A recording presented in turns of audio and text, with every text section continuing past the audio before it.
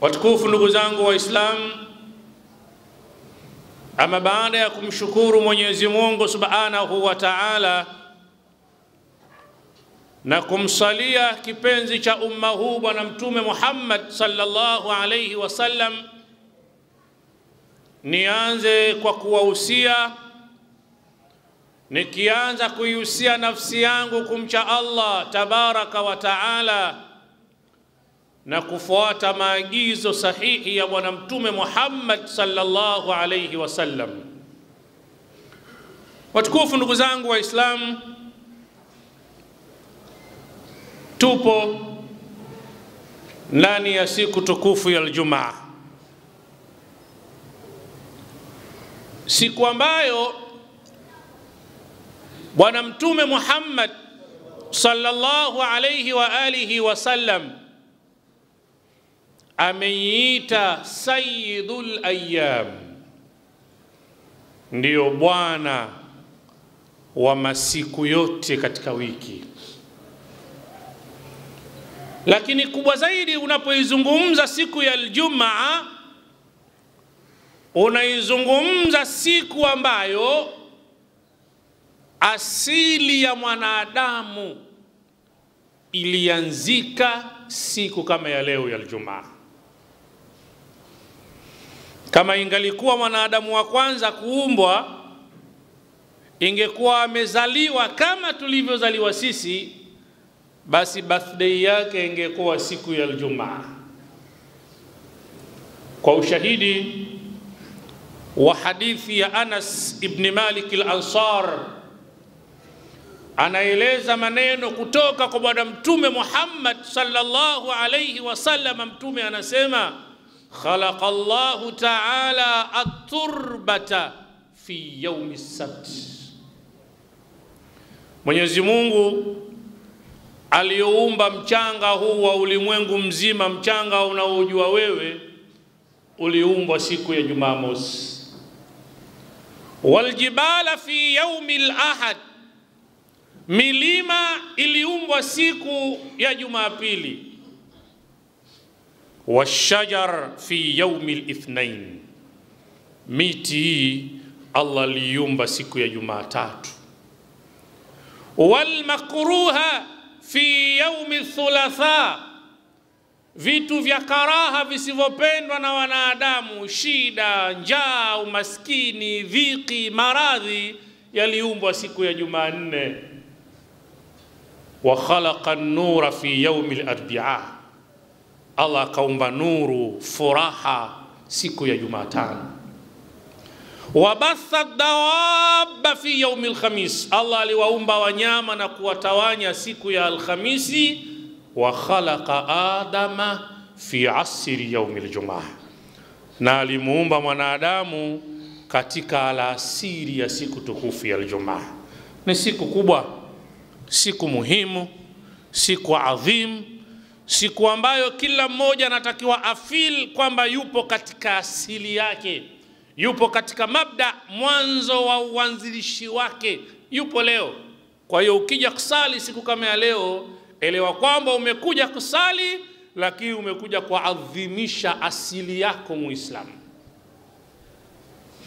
Ndugu zangu, leo nataka niwakumbushe jambo ambalo yawezekana wengi wetu tumeghafilika nalo.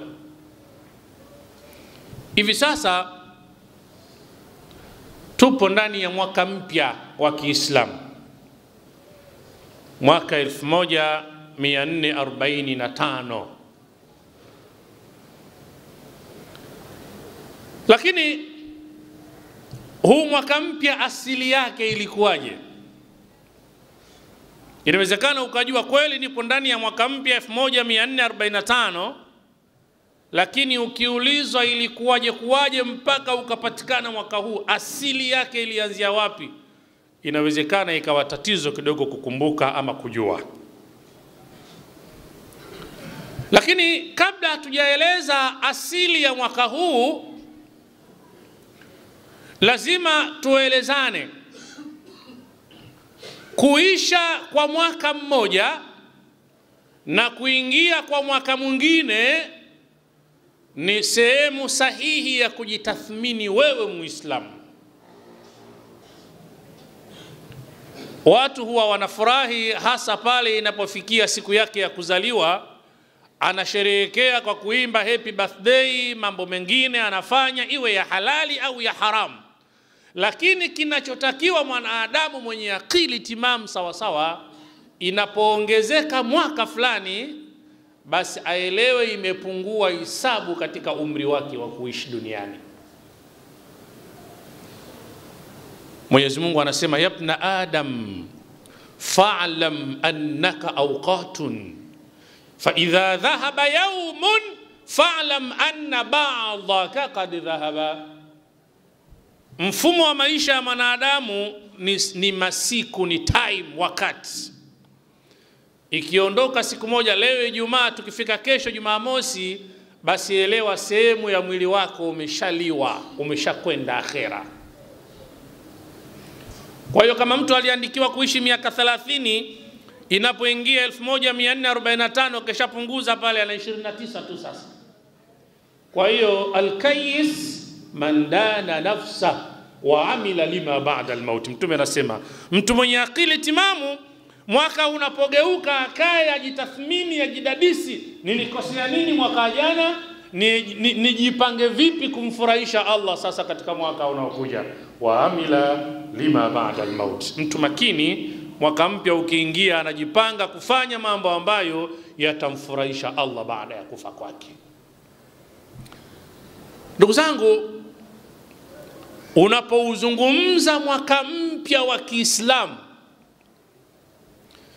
lazima kwanza ukumbuke mkutano mkubwa wa makafiri wa Makka, mkutano ulioandaliwa kwa ajili ya kumjadili na kummaliza bwana Mtume Muhammad sallallahu alayhi wasallam. Asili imeanza hapo.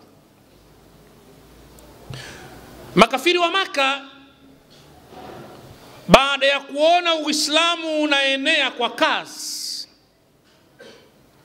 kwanza waliamua kumfuata live bwana Mtume Muhammad. Wakamwambia, ya Muhammad,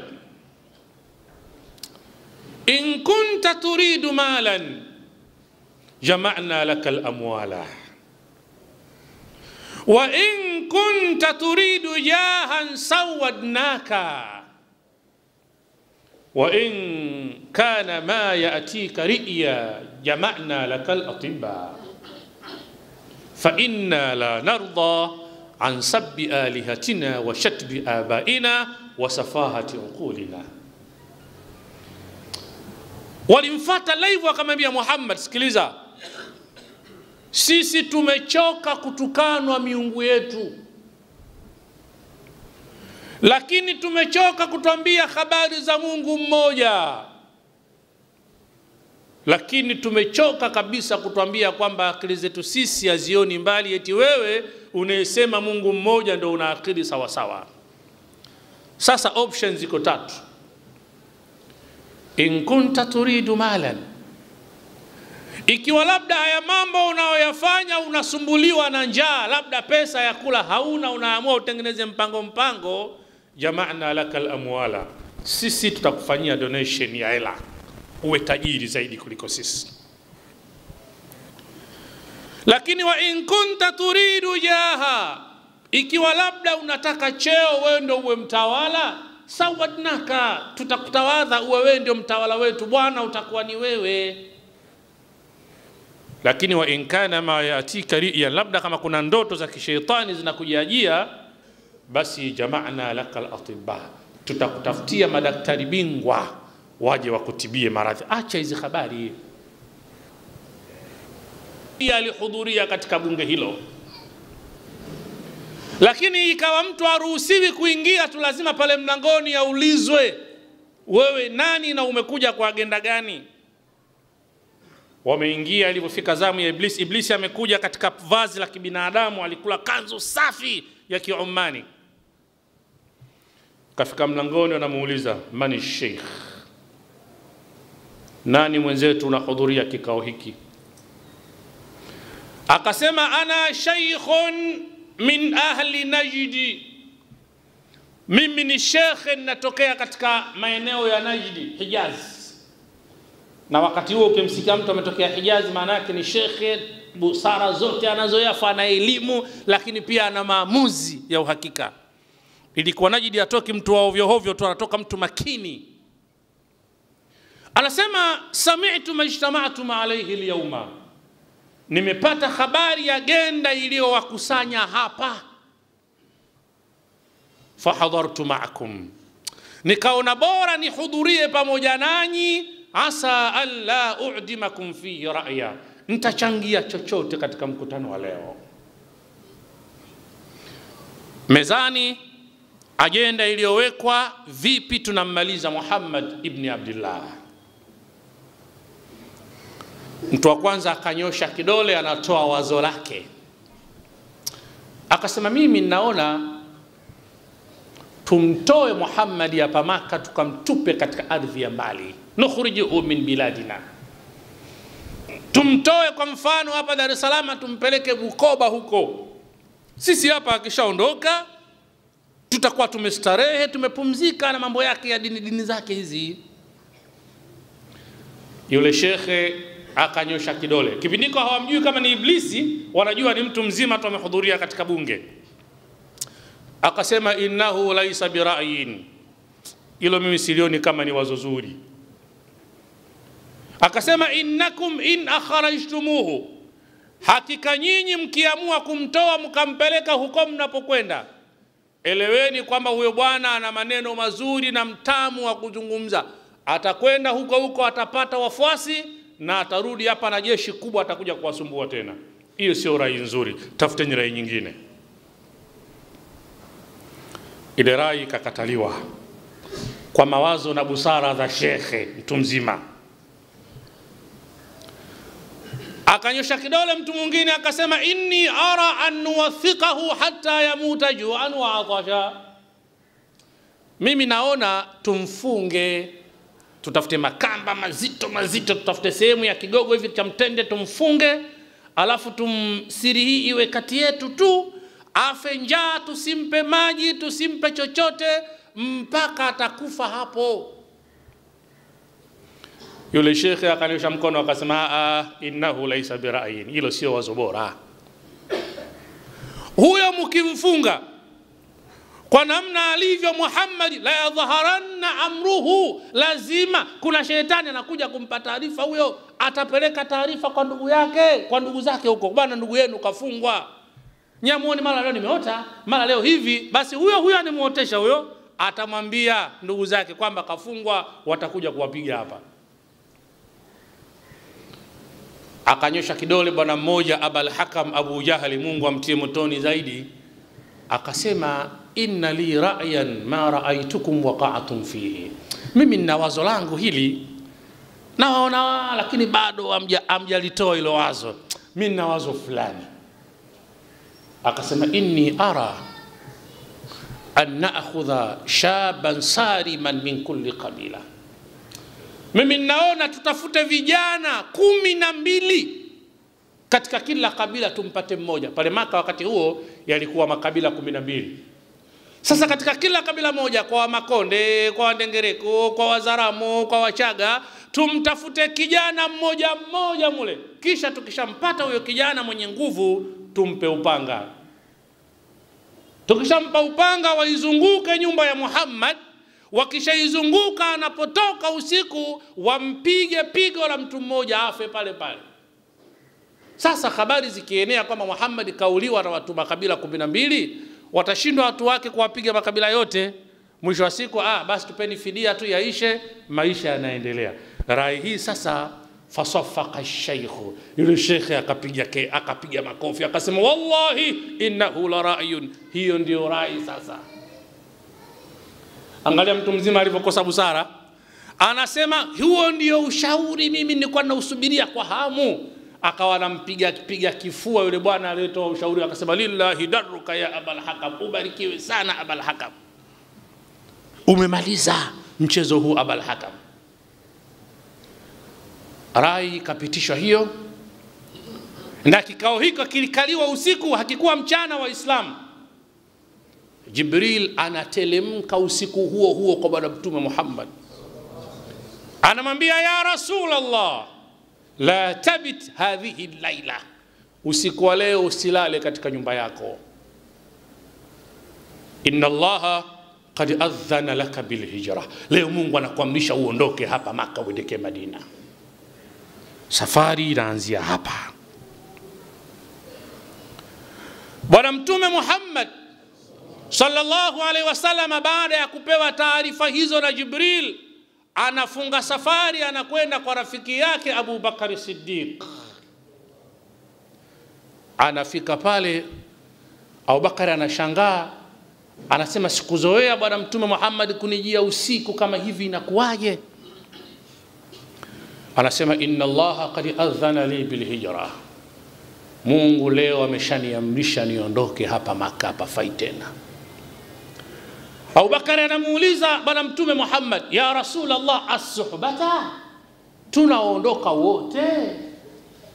Anamwambia naam, as-suhbata ya Abu Bakar, tunaondoka wote Abu Bakar.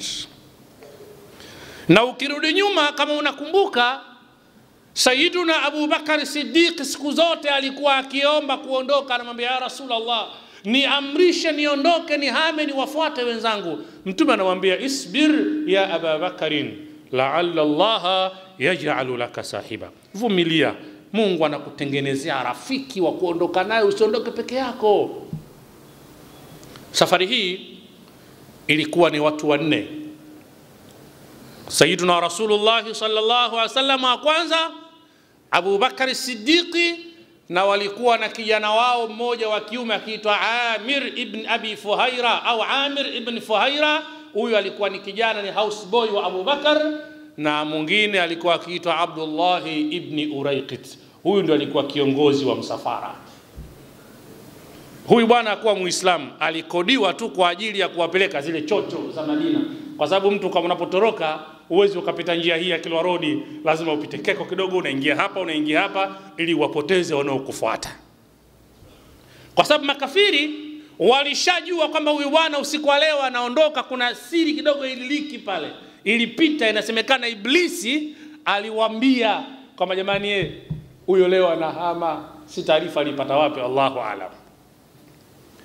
Sasa msafara ule ulianza, wanaondoka zao pale Maka, wakafika wa baada 3 ayami, historia inasema baada ya siku 3 ama 2 walifika sehemu moja inaitwa katika Gharu Thauri.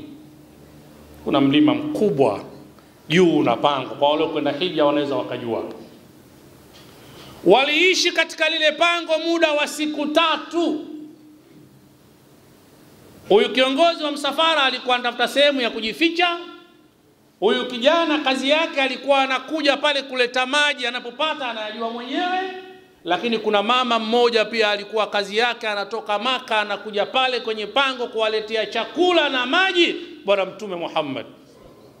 Jina lake alikuwa anaitwa Asma bintu Abi Bakar Siddiqi, mke wa Zubair ibn al-Awwam. Mtoto wa Abu Bakar alikuwa anakuja binti akiwa mjamzito kipindi hicho, mimba yake kubwa sana, mimba ambayo akaja akamzaa mtoto wa kiume anaitwa Abdullah ibn Zubair, sahaba mkubwa katika historia ya Kiislamu. Mama huyu anaitwa Dhatun Nitaqain, alisubutu kuchana nguo yake, kipande kimoja cha ushungi wake akafunga chakula, kipande kimoja akafunga katika dumu la maji asimwagike, anawapelekea bwana Mtume Muhammad na babake. Wameingia katika lile pango. Abu Bakar kabla hajaingia anamwambia ya Rasulullah, da'ani anzil hatta astabria, acha niingie mimi kwanza nikalitakase, nikalisafishe ili pango, yawezekana kuna mdudu asije akakung'ata. Mipango hii kama ya wezi, mwizi anapoingiza mkono hivi ndani, mwenye nyumba akamkata kisu, akitoa aseme kumwambia mwenzie, anambia simu iko mbali, ingiza wewe mwenzangu, ili maana yeye pia akienda kimkuta kilichomkuta. Sasa huyu hakutaka kumchonja rafiki yake, alimwambia subiri kwanza nichelemke mie. Akashuka akawa anachana nguo yake Abu Bakar, anaziba kwenye matundu ya lile pango, likabakia tundu moja, nguo imekwisha. Akaweka mguu wake pale, kitakachotoka kingate mguu wake. Mapenzi makubwa. Kisha akamwambia inzili ya Rasulullah, telemka sasa. Mtume akashuka, anamkuta Abubakar analia. Unalia nini? Kumbe kangatwa na mdudu kule chini katika lile shimo, lakini kutoa ule mguu anaogopa atakuja atangatwa bwana Mtume Muhammad. Msafara huu unasimuliwa katika Qur'ani katika suratu Tauba. Sasa kwa bahati mbaya, wakati wapo ndani ya pango, wale mabwana Makuraishi wanaowatafuta wakaja mpaka eneo la pango pale, wakafika. Abubakar anatetemeka ndani ya pango, anamwambia ya Rasulullah, lau nadhara ahaduhum tahta qadamayhi la raana. Ya Rasulullah, hao washafika, ikitokea mmoja wao kaangalia hivi atatuona hapa tunafanyaje ya Rasulullah. Bwana Mtume Muhammad akamwambia Abu Bakar, ya Aba Bakari, ma dhannuka bithnaini Allahu thalithuhuma. Hivi wewe unafikiriaje sisi wawili watatu wetu ni Allah, hao hawawezi kutuona? Wale bwana walipofika pale juu ya pango, wakakuta kuna mdudu buibui amejenga pale, lakini pia kuna njiwa amekuja ametaga. Wakasema inna alayhi ankabutan qabla miladi Muhammad. Katika hili pango humu mbona kuna amejenga buibui hapa juu, buibui ambayo ukiangalia hizi nyuzi zake namna zilivyo, hata Muhammad mwenyewe aliyozaliwa hawezi kuwa humu ndani. Allah anasema katika Qur'an, illa tansuruhu, ikiwa nyinyi waislamu wa leo hamtaki kumnusuru na kumtetea Mtume Muhammad, faqad nasarahu Allah, Allah ameshamnusuru. Kafaru, amemnusuru ile siku ambayo makafiri wa Maka wamemtoa Muhammad Maka. Idh huma fil ghar, wakaja mpaka pangoni. Idh yaqulu li sahibihi la tahzan, ile siku ambayo Muhammad anasema kumwambia rafiki yake Abu Bakar, usihuzunike, inna Allaha maana, Mwenyezi Mungu yuko pamoja nasi. Lakini bunge lile ambalo limebaki pale wakati mtume katoka, linasimuliwa pia katika suratul Anfal. Allah anasema, wa idh yamkuru bika alladhina kafaru liyuthbituka au yaqtuluka au yukhrijuka wa yamkuruna wa yamkuru Allah wallahu khairul makirina. Kumbuka Muhammad, ile siku waliokukalia bunge makafiri wa Maka, walipanga plani tatu. Liyuthbituka, wakufunge kamba mpaka ufe, au yakutuluka, au wakuue, au yukhrijuka, au wakutoe katika mji wako. Wayamkuruna, wakati wanapanga plani zao mbaya, wayamkurullah, Allah anageuza plani zao. Wallahu khairul makirina, na Allah ndiyo mbora wenye kupindua plani za watu waovu. Hali ikawa hivyo. Watu wa tarikhi wanasema siku ya tatu bwana Mtume Muhammad akatoka katika pango akielekea Madina, yeye na rafiki yake, msafara ambao ulichukua siku 12 mpaka 13 kwa mujibu wa historia inasema hivyo. Sasa tukio hili na mengineyo mengi ambayo mfano wa haya ndiyo matukio ambayo yalimfanya Sayyidina Umar ibn al-Khattabi atengeneze historia ya Kiislamu, ikaanza mwezi huo wa Muharram kuwa ndio mwezi wa kwanza. Japokuwa bwana Mtume Muhammad alifika Madina mfungo 6, lakini waliamua kurudisha nyuma kwa sababu mipango ya kuhama ilianzia katika mwezi huu wa Muharram. Sasa ndugu zangu Waislamu, unapouzungumza mwaka wa Kiislamu, unatakiwa ujue unazungumza tukio kubwa la ukombozi alilolifanya bwana Mtume Muhammad sallallahu alaihi wasallam. Mpaka leo umekaa katika msikiti wa Mtambani hapa unapigwa na feni. Jitihada hizi zilifanywa na watu wawili tu, Sayyiduna Rasulullah na Sayyiduna Abu Bakar Siddiq. Ikiwa wao watu wawili wameweza kukomboa umma mpaka leo tuko hapa tunastarehe, sisi umma mkubwa huu, watu zaidi ya 500 mpaka 1000, yawezekana tukafeli kwa jambo dogo tu, hali ya kuwa wenzetu wao walifanya makubwa akiwa ni wachache. Lazima tubadilike. lazima tufanye kwa ajili ya Allah. Lazima tukubali kwamba duniani tumekuja kwa ajili ya utendaji, na Mwenyezi Mungu anawapenda watu wenye kutenda, wala ana haja na watu wenye kusema sema. Katika Uislamu niwaambie kitu kimoja japokuwa kigumu kidogo. Uislamu ni taasisi pana sana. Taasisi ambayo wala haishii katika kuswali tu. Inawezekana mtu akavimba mishipa kumtolea mtu asiyeswali, we kafiri, we motoni, we kadha, eti kwa ndugu yake tu hasali. Uislamu hauishii hapo tu. Uislamu ni taasisi pana. Inawezekana wewe unasali sala 5 lakini sadaka hutoi. Inawezekana wewe unasali sala 5 lakini ndio mgombanishi namba 1. Inawezekana wewe unasali sala 5 usiku unaruka. Sasa Uislamu ni taasisi. Kuna watu waliingia peponi katika Uislamu hawakuswali hata swala moja. Nitakupa. Haina maana usiswali kusema Sheikh kasema hata kama ni swali peponi. Lakini kuna watu wameingia peponi hawakuswali hata sala moja. Soma historia ya Anas ibn Nadhiri. Kama wewe mtu wa sira, mfuatilie huyu mtu. Huyu mtu historia yake inasimuliwa katika Qur'ani. Allah anasema minal mu'minina rijalun sadaqu ma ahadullah alayhi faminhum man qada nahbah wa minhum man yantazir wa ma badalu tabdila. Sallu ala nabi. Huyu bwana kasilimu usiku, amesilimu kama leo, ameingia katika Uislamu kabla wakati wa swala haujafika. Kwa mfano mtu kasilimu labda saa 8, alasiri haijafika ili aanze kuswali, ikatangazwa vita, watu waende jihadi, naye mmoja akachukua upanga amekwenda jihadi, akaenda kule, akawa mmoja aliyokufa mmoja wapo ni yeye. Hakuswali hata swala hiyo, swala moja, lakini ameingia peponi. Bi Khadija binti Khuwailid, mke wa Bwana Mtume Muhammad, amekufa hakuswali hata swala moja, lakini wakati huo swala ilikuwa bado kufaradhishwa. Kwa hiyo ndio tumkatae kwa hakuswali? Uislamu ni taasisi. Wenye uwezo watoe pesa zao kwa ajili ya Allah. Mwenye afya njema atoe afya yake kwa ajili ya Allah. Mwenye akili nzuri atoe ushauri kwa ajili ya Allah. Lakini mwenye mawazo pia achangie chochote chake kwa ajili ya Allah. Hii cheni ikiunganika, Uislamu unakwenda. Allah tujalie katika waja wake wema wenye kuyasikiliza haya na kuyafuata. فإذا قرئ القرآن فاستمعوا له وأنصتوا لعلكم ترحمون. وقال عز من قائل عليم فإذا قرأت القرآن فاستعذ بالله من الشيطان الرجيم. أعوذ بالله من الشيطان الرجيم. والعصر إن الإنسان لفي خسر إلا الذين آمنوا وعملوا الصالحات وتواصوا بالحق وتواصوا بالصبر. بارك الله لي ولكم بالقرآن العظيم ونفعني وإياكم بالآيات والذكر الحكيم. أقول قولي هذا فاستغفروه فيا فوز المستغفرين ويا نجاة التائبين.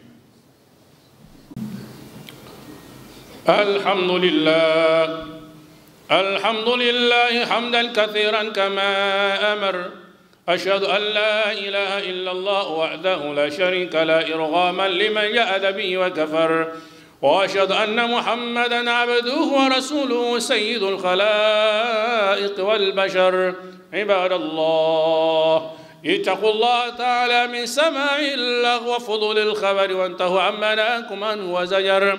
واعلموا أن الله أمركم بأمر بدأ فيه بنفسه وثنى بملائكته المسبحة بقدسه وثلث بكم أيها المؤمنون من برية جنه وإنسه. فقال تعالى مخبرا وآمرا إن الله وملائكته يصلون على النبي يا أيها الذين آمنوا صلوا عليه وسلموا تسليما. اللهم صل وسلم على نبي الرحمة وشفيع الأمة عدد ما أحاط به علمك وكتابك ضمه وعلى آله وأصحابه ومن نصره في كل مهمة خصوصا منهم أمير المؤمنين سيدنا أبي بكر الصديق وعلى ناطق بن صعب زائد الأواب أمير المؤمنين سيدنا عمر بن الخطاب وعلى جامع القرآن ذي النورين والبرهان أمير المؤمنين سيدنا عثمان بن عفان وعلى أسد الله الغالب باب العلوم والحكم والآداب فارس المشارق والمغارب أمير المؤمنين سيدنا علي بن أبي طالب وارض على بقية أصحاب رسول الله أجمعين. اللهم أيد الإسلام والمسلمين وأعلي كلمة الحق والإيمان والدين وقوي شوكة الإسلام وانصر جيوش المسلمين. وربنا اغفر لنا ولإخواننا الذين سبقونا بالإيمان ولا تجعل في قلوبنا غلا للذين آمنوا ربنا إنك رؤوف رحيم. اللهم أرنا الحق حقا وارزقنا اتباعه وأرنا الباطل باطلا وارزقنا اجتنابه برحمتك يا أرحم الراحمين. وصل وسلم وبارك على محمد وعلى آل محمد والحمد لله على الكمال. وأقم الصلاة إن الصلاة كانت على المؤمنين كتابا